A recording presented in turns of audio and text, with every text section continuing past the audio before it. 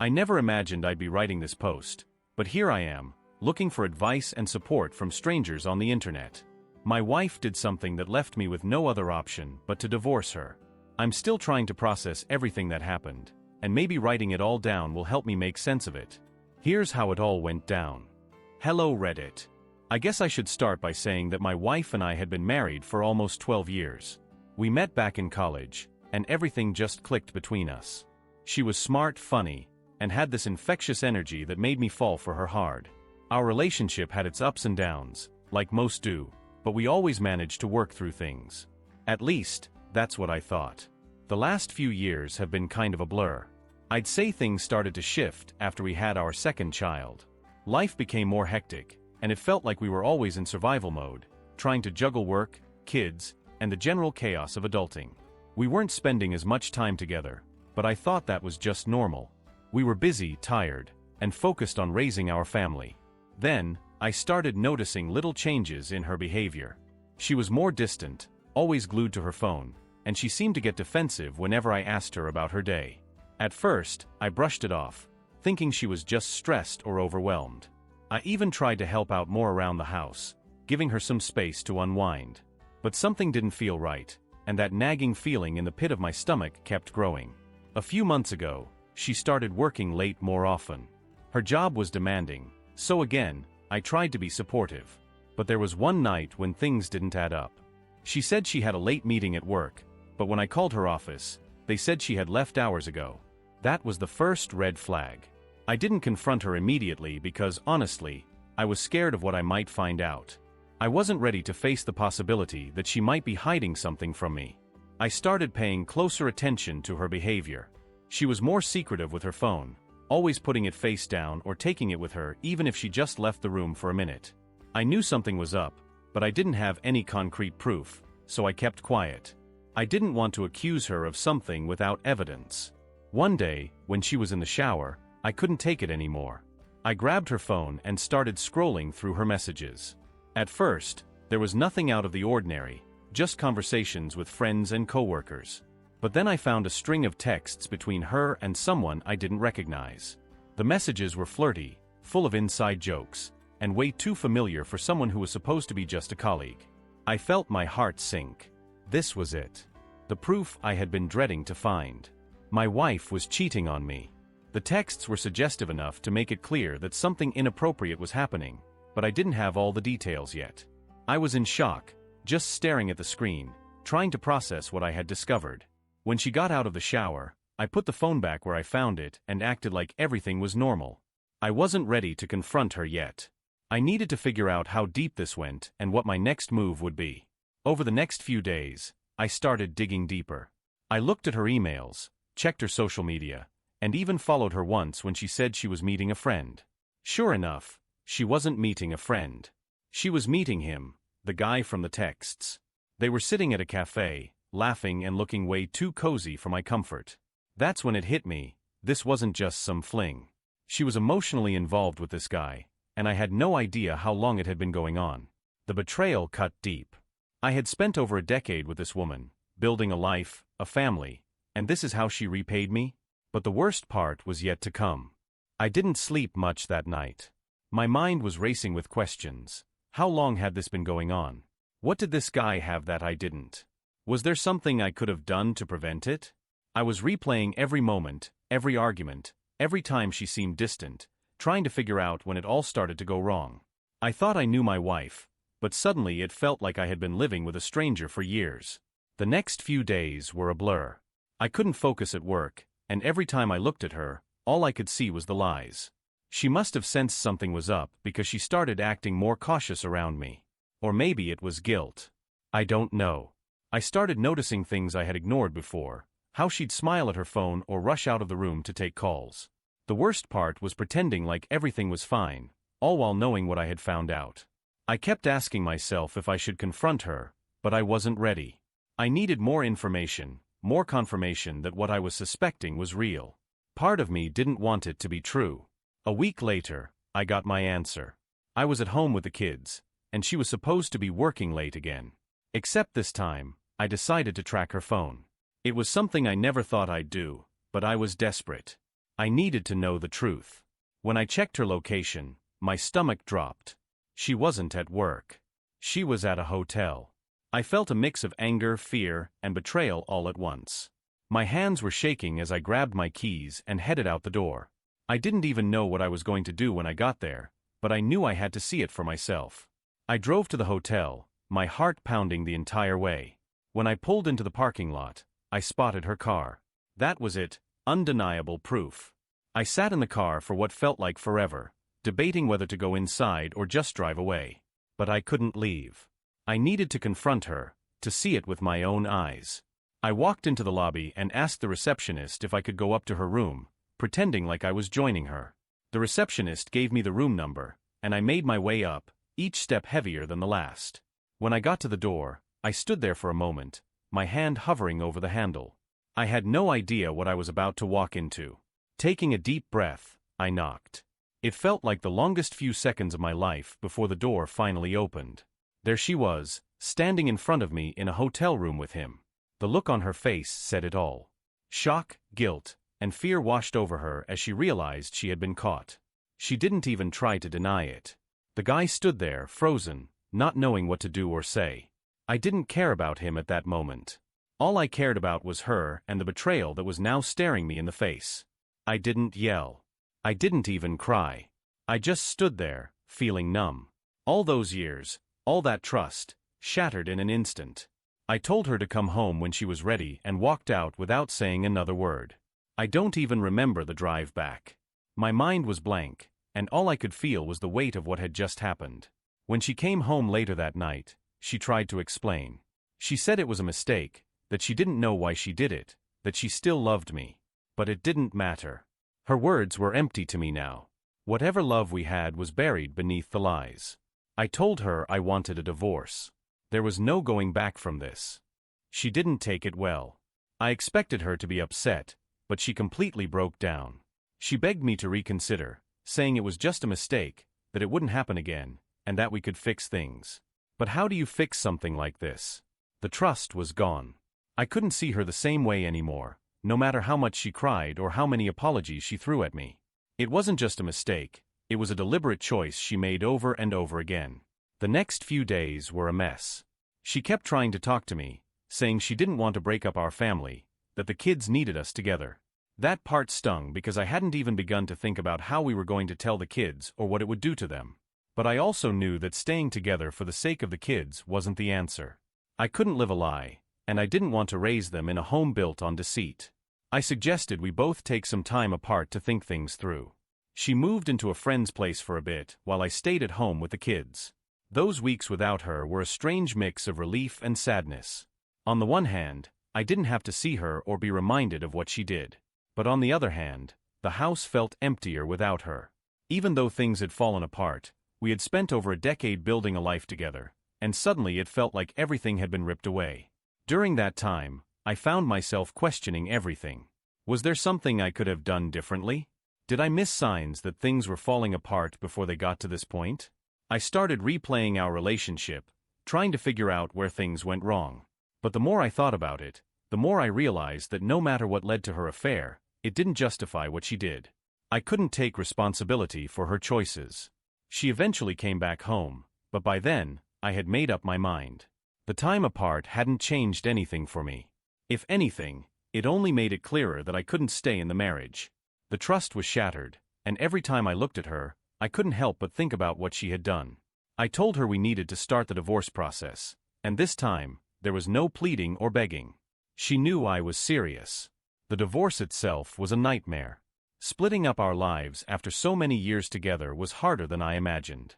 There were so many things to consider: our finances, the house, custody arrangements for the kids. It felt like every day brought a new wave of stress and conflict. She didn't want the divorce, so she fought me on almost every detail, trying to drag things out as much as possible. It was exhausting. The kids, of course, were the hardest part. Telling them was brutal. We sat them down together and tried to explain that Mommy and Daddy weren't going to be living together anymore. They didn't understand, and honestly, how could they? They asked questions we couldn't answer, and seeing the confusion and sadness in their eyes tore me apart. I hated what this was doing to them, and part of me wondered if maybe I should have tried harder to fix things. But deep down, I knew staying together wouldn't be good for them either. They deserved parents who were happy and honest with each other, not living a lie. As the divorce dragged on, I tried to keep things as normal as possible for the kids. I threw myself into being a present dad, making sure they felt loved and supported during such a confusing time. But balancing that with the emotional toll of the divorce was draining. I felt like I was constantly on edge, just waiting for the next argument, the next hurdle in the process. At some point, I found myself wondering if this whole thing was worth it. If maybe I should just give in, go along with whatever she wanted, just to make it all stop. But every time I thought about backing down, I remembered why I was doing this. I deserved better. My kids deserved better. And no matter how painful it was, I knew I was making the right choice. Eventually, the divorce was finalized. It took longer than it should have, but we finally reached a settlement. We sold the house and split the proceeds, and I got primary custody of the kids. She got visitation rights, and we agreed to joint decision-making when it came to their education and health. It wasn't perfect, but at least it was over. But even now, months later, the emotional scars are still there. Even after the dust settled, I wasn't sure how to move forward. Life felt empty, I guess. You spend over a decade with someone, building a family, a home, a life together, and then it's just gone in the blink of an eye. It's weird how quickly things can fall apart. One minute, you're living your day-to-day life, thinking everything's fine, and the next, you're picking up the pieces of what feels like someone else's disaster. The kids adjusted better than I expected, though. I think being young helped. They missed their mom, of course, but they seemed to settle into the new routine faster than I did. I kept them busy, signing them up for activities, spending extra time with them, and making sure they knew they were loved. That helped me, too. Focusing on them gave me purpose when everything else felt so uncertain. As for her, I guess I expected her to bounce back.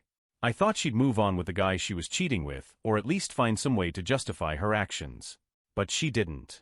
Turns out, the affair ended shortly after I found out. Maybe it was the guilt, or maybe he wasn't interested in being with her long-term, but whatever the case, it didn't last.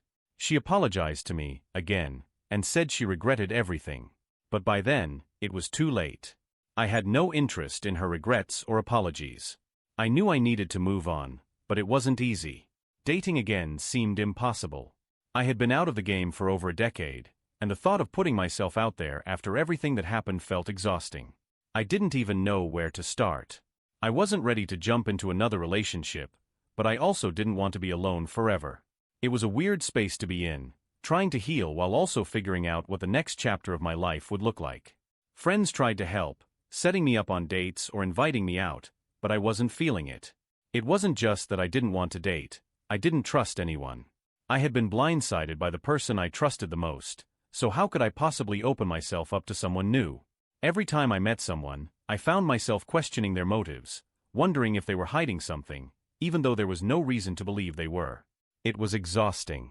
I know a lot of people turn to therapy after something like this, and maybe I should have too, but I didn't.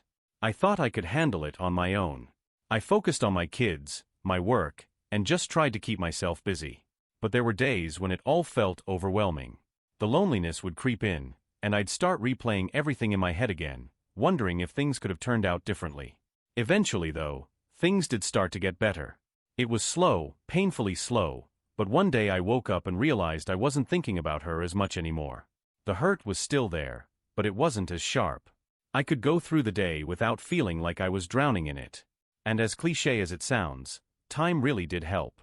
I started focusing on myself, doing things I enjoyed, and figuring out who I was outside of being a husband and father. As for her, she's still in the kids' lives. We co-parent as best as we can, and to her credit, she's tried to make things as easy as possible for them. But our relationship is strictly about the kids now. There's no animosity between us anymore, just a sense of indifference. I don't hate her, but I don't care about her the way I used to either. She's just someone I used to know. Now, I'm not saying I've got it all figured out. There are still tough days, and sometimes I wonder if I'll ever fully trust anyone again. But I'm getting there. Slowly but surely, I'm starting to rebuild my life, and for the first time in a long time, I feel hopeful about the future. Life post-divorce settled into a strange new normal. I didn't wake up every day feeling like I was crushed under the weight of it anymore, but there were still moments that hit me out of nowhere. Like when the kids would ask about something we used to do as a family, or when I'd find an old photo of us tucked away in a drawer. Those little reminders would sting, but they didn't send me spiraling the way they used to. I kept my focus on the kids, trying to give them the stability they needed. We started new traditions, just the three of us. Movie nights, camping trips, even simple things like making pancakes on Saturday mornings became our new thing. It helped them cope, and it helped me too. I didn't want to dwell on what was lost. I wanted to build something new, something better. Co-parenting with her was, well, it was civil, I guess. We kept things as neutral as possible for the kids' sake. Every now and then, there'd be a flare-up, disagreements about schedules, or how we were handling the kids' discipline. But for the most part, we stayed out of each other's way. I didn't ask about her personal life, and she didn't ask about mine. It was like we were co-workers, tasked with the same job but no longer connected beyond that. Eventually, I started dipping my toe back into the dating pool. At first, it was awkward as hell. I felt like a teenager again, fumbling through conversations, unsure of what to say or do. But I kept at it, figuring that if I didn't try, I'd never move on. The first few dates were disasters. Either I wasn't interested, or I could tell they weren't feeling it. But then I met someone who seemed different. Her name was Rachel, and we clicked in a way that felt easy and natural. She knew about my situation up front. I wasn't going to hide the fact that I was a divorced dad with a complicated past, and she was cool with it. She had her own baggage, too, which made things feel more balanced. We weren't trying to pretend we had it all together. We were just two people figuring it out, one day at a time. For the first time in a long time, I started to feel like maybe I could move on. Maybe I wasn't doomed to be bitter and alone forever. But even with Rachel, trust was still an issue for me. I'd catch myself questioning things. Why didn't she text back right away? Was she really going out with friends, or was there something else going on? It wasn't fair to her, and I knew it. But that nagging doubt was hard to shake after everything I had been through. Rachel was patient, though. She didn't push me to open up, but she also didn't let me hide behind my walls. Slowly, she helped me see that not everyone was out to hurt me, that I deserved to be happy again. It wasn't easy, but over time, I started to let her in. Little by little, the pieces of my life started to come back together. The kids liked Rachel too, which was a huge relief. I was terrified they'd resent her or see her as some kind of replacement for their mom, but they warmed up to her pretty quickly. She didn't try to play stepmom or force herself into their lives. She just hung out with us, played games with them, and treated them with kindness. That was all I could ask for. As things with Rachel got more serious, I started thinking about the future in a way I hadn't in a long time. Could I see myself getting married again? Moving in with someone? Blending our lives together? Part of me was still scared, but another part was excited about the possibilities. I had spent so long trapped in the pain of what happened that I forgot there could be good things ahead too. Of course, things with my ex-wife were still complicated. She found out about Rachel, and while she didn't say anything directly, I could tell it bothered her. There were a few passive-aggressive comments here and there, but I didn't let it get to me. I wasn't living my life for her anymore. I was living it for me and the kids. One night, after dropping the kids off at their mom's place, she finally confronted me. She asked if Rachel was serious, if we were planning to move in together, if I was replacing her. I told her the truth. Rachel was important to me, but no one was replacing anyone. I wasn't trying to build the same life I had before. This was something new. She didn't like hearing that. She tried to guilt me, saying things like, "I thought you'd always love me," or "What about our family?" But I stood my ground. Whatever feelings I had for her were long gone, buried under years of lies and betrayal. I wasn't going to let her manipulate me into feeling guilty for moving on. She didn't take my response well, obviously. She started crying, telling me that she had made a mistake and that she still loved me, that we could fix things if I just gave her another chance. But I wasn't going to fall for it. I knew her tears were more about her losing control over the situation than any genuine regret. Maybe there was a time when hearing her say those things would have made me rethink everything, but that time was long gone. I didn't feel sorry for her anymore. I didn't feel much of anything for her, really.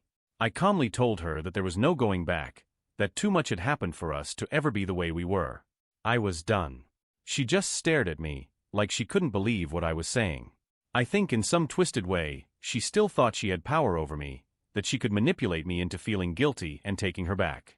But that version of me, the one who would bend to her whims, was gone. She asked me what the kids would think if I moved on with Rachel. I could tell she was trying to hit me where it hurt. The kids had always been my soft spot, and she knew it. But I wasn't going to let her use them against me. I told her that the kids deserved a happy, stable home, and that's what I was giving them. She could either accept that and co-parent peacefully, or we could make things harder than they needed to be. The choice was hers. She didn't say much after that, just wiped her tears and told me she needed some space. I was more than happy to give it to her. I didn't want to drag this out any longer than necessary. We had our lives to live, and this back and forth wasn't going to change anything. After that conversation, things shifted. She stopped making passive-aggressive comments about Rachel, and while I'm sure it still bothered her, she didn't bring it up again. We kept things strictly about the kids, which was honestly a relief. I wasn't interested in rehashing old arguments or trying to justify my life choices to her. As long as the kids were happy and healthy, that was all that mattered. Meanwhile, things with Rachel kept getting better. We didn't rush into anything. Both of us had been through enough to know that taking things slow was the right move, but it was clear that we were building something solid. She wasn't just good for me, she was good for the kids too. Watching them bond with her, seeing how she cared about them, it was more than I could have hoped for. I remember one night, after the kids had gone to bed, Rachel and I were sitting on the couch, just talking about everything we'd been through. I told her how much I appreciated her patience, how grateful I was that she stuck around even when I was still dealing with all the emotional baggage from my marriage. She just smiled and told me that she knew what she was getting into from the start, and that she was in it for the long haul. That meant more to me than I can even explain. I think that was the moment I knew I was ready to move forward with her in a more serious way. It wasn't just about dating or seeing where things went anymore. I could see a future with her, a real one. But I also knew that meant having another conversation with the kids, and with my ex. I didn't want to spring anything on them, especially after everything they'd been through with the divorce. So, I sat the kids down one weekend and talked to them about Rachel. I told them that she was an important part of my life and that I was thinking about taking things to the next level with her. I was nervous about how they'd react, but they were surprisingly cool about it. My oldest, who was usually the most skeptical, just shrugged and said, "As long as you're happy, Dad." That kind of floored me. I had been so worried about how they'd take it, but they were way more adaptable than I gave them credit for. Of course, telling my ex was another story. I wasn't looking forward to that conversation, but I knew it had to happen. I didn't want her to find out through the grapevine or from the kids. I owed her that much, at least. So, I called her up and asked if we could meet somewhere to talk. We met at a coffee shop, and after some small talk, I told her that Rachel and I were planning to move in together. I could see the hurt flash across her face, but to her credit, she didn't make a scene. She just nodded and said she appreciated me telling her up front. I think she finally understood that this was real, that we weren't going to be a family again, and that I was serious about moving on with my life. I thought maybe that would be the end of the drama, but of course, it wasn't that simple.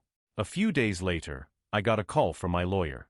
Apparently, my ex was contesting the custody arrangement, claiming that my relationship with Rachel was confusing for the kids and that they needed more time with her. I was furious, but not entirely surprised. This felt like one last attempt to control the situation. The custody battle was the last thing I wanted to deal with. I had worked so hard to create stability for the kids, and now, it felt like my ex was trying to rip that away out of pure spite. She had no problem with the arrangement until Rachel came into the picture. It was just another way to maintain some semblance of control over me, even though we were no longer together. I contacted my lawyer and prepared for what was coming. It was exhausting, and the idea of dragging the kids through a legal dispute tore me up inside. But I wasn't going to back down. I wasn't going to let her use them as pawns in some twisted game. I knew that, eventually, the truth would come out, and everything would settle. But until then, I had to brace myself for another storm. The weeks leading up to the custody hearing were some of the most stressful I'd ever experienced. I tried to keep things as normal as possible for the kids, but the tension was palpable. Every interaction with my ex felt like a standoff, and even though she tried to play the concerned mother role, I could see right through it. She wasn't doing this for the kids, she was doing this to get back at me. Rachel was a rock during all of it, though. She never once made me feel like this was too much for her or that she was second-guessing our relationship because of the drama. If anything, it brought us closer together. She kept reminding me that we were in this together, that we'd come out the other side stronger. I don't know how I would have kept it together without her support. The day of the hearing finally arrived, and my nerves were shot. I knew we had a solid case. My lawyer was confident that the judge wouldn't see any real reason to change the custody arrangement, but I was still anxious. I couldn't shake the fear that somehow she'd win, and I'd lose time with the kids. That's what this whole thing came down to. It wasn't about Rachel or our relationship, it was about my kids. When we got to the courthouse, my ex looked cool and collected. She greeted me with a tight smile, the kind that said she was ready for battle. I barely acknowledged her. I didn't want to give her the satisfaction of knowing how much this was getting to me. We went into the courtroom, and the judge started asking questions about the current arrangement, how the kids were adjusting, and what my ex's concerns were. She went on about how the kids were confused by my relationship with Rachel, that they didn't understand why I was moving on so quickly after the divorce. It was all a thinly veiled attempt to paint me as some reckless dad who wasn't thinking about his children's well-being. When it was my turn to speak, I laid everything out. I explained how much effort I'd put into making sure the kids were comfortable, how they'd had no issues with Rachel, and how this sudden concern for my ex only arose once she found out about our relationship. I didn't throw her under the bus. I kept it focused on the kids and what was best for them. That's all that mattered to me. The judge listened carefully, asked a few more questions, and then said she'd review everything and make a decision in a few days. I left the courthouse feeling drained but cautiously optimistic. My lawyer assured me that things had gone as well as they could, but I still wouldn't feel at ease until we had the final ruling. A few days later, the call came. The judge had ruled in my favor. There would be no changes to the custody arrangement. I can't even describe the relief that washed over me. I was finally free of this particular fight. My ex didn't have any more cards to play. I wasn't naive enough to think she'd just let it go completely, but at least for now, the kids' lives wouldn't be disrupted any further. When I told Rachel, she smiled and hugged me tight. I knew it would work out, she said, and for the first time in a long while, I believed her. We were moving forward, finally.